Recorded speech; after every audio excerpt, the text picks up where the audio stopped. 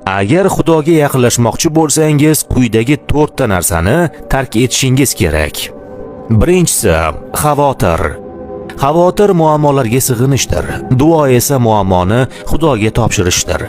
Xudo bizdan barcha g'am tashvishlarimizni unga topshirishimizni va ortiqcha xavotir olmasligimizni xohlaydi. Chunki u bizni o'ylaydi va g'amimizni ko'tarishga qodir.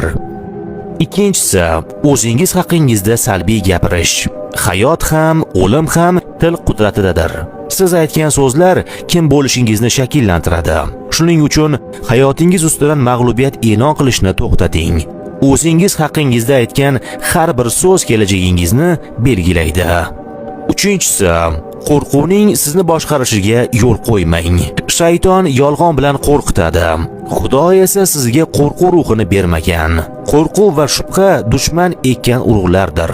Ular sizni Xudo xohlagan inson bo'lishingizdan to'xtatishga harakat qiladi. Bir narsani yodda tuting. Xudo doimo yoningizda. Shunday ekan, nimadan qo'rqasiz? To'rtinchisi, odamlarga yoqishga urinishni to'xtating. Hayotingizdagi qarorlarni boshqalar nima deydi deb qabul qilmang. Xudo bilan yurganingizda hamma ham siz bilan rozi bo'lmaydi. Chunki siz dunyoni emas, balki Xudoning yo'lini tanlaysiz. Shuning uchun odamlarga emas, Xudoga yoqishga harakat qiling. Agar videoni shu yergacha tomosha qilgan bo'lsangiz, rahmat. Like bosishni va izohlar yozib qoldirishni unutmang.